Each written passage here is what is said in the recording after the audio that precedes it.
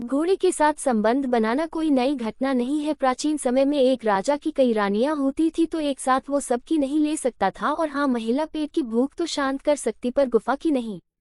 इसलिए जब रानियां संतुष्ट नहीं होती तो वो असदबल के स्मार्ट घोड़ों का सहारा लेती थी। क्योंकि वो रानी थी तो आम आदमी तो उनकी खुदाई के बारे में सोच भी नहीं सकता था, और वो रानी भी लोगों को घास नहीं डालती थी। ऐसे में जानवरों का सहारा लेना आम बात थी। बहुत पहले एक रानी योनी ब्रिगांजा काल्पनिक नाम थी, जिसने लगभग 100 जानवरों से संबंध बनाया था। और एक बार एक घोड़े से खुदाई करवाते समय घोड़े ने इतना जोर का शॉट मारा कि रानी को हार्ट अटैक आ गया और मर गई। इस तरह जानवरों के साथ खुदाई बहुत पहले से चला आ रहा है। जैसे मॉडर्न डे में कुत्ता सबके पास होता, वैसे कुत्ते के साथ संबंध नया नहीं है। ऐसे ही एक कहानी अंजू की जुबानी।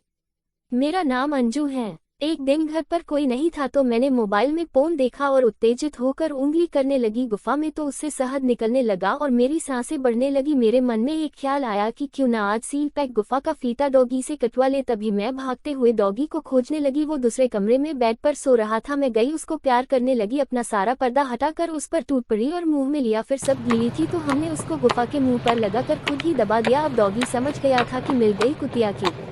फिर उसने कमर चलाना शुरू कर दिया और पूरा हथियार मेरी गुफा में डालकर खुदाई करने लगा। थोड़ी देर बाद उसका औजार गुफा में ही फूलने लगा। अब मुझे लगा शायद मेरी गुफा फट ना जाए। दर्द बहुत हो रहा था पर संतुष्टि भी मिल रही थी। कुछ देर बाद मैं झड़ गई और वो भी। फिर उसका पतला होकर बाहर निकल गया। तो दोस्तों कैसी लगी कमेंट्स में जरूर